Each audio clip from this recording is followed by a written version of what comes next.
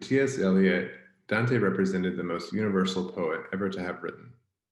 Dante not only dealt with what Eliot called the universally human, as did Moliere and Shakespeare, but he also did so in a language and with a lucidity that was less localized in language and style.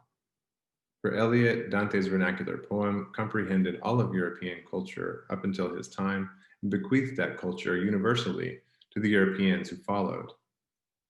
If Eliot the critic saw in Dante's comedy an example of universal poetry, as a poet, Eliot found in Dante's poem the images with which he could represent the Inferno of his own times.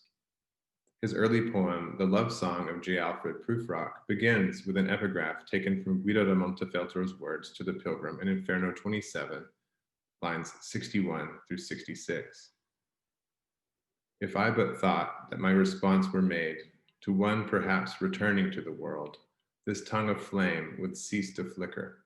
But since up from these depths no one has yet returned alive, if what I hear is true, I answer without fear of being shamed.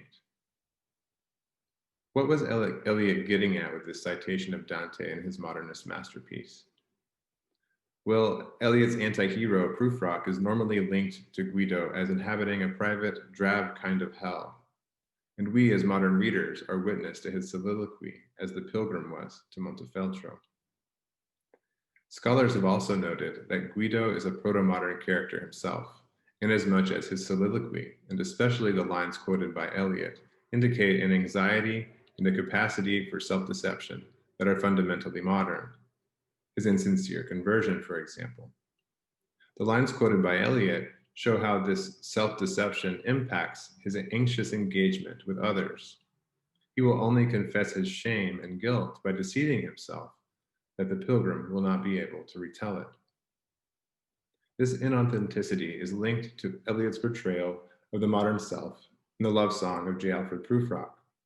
As readers, we are privy to the random musings of the modern psyche, just as the pilgrim was to Guido da Montefeltro's subversion of reality.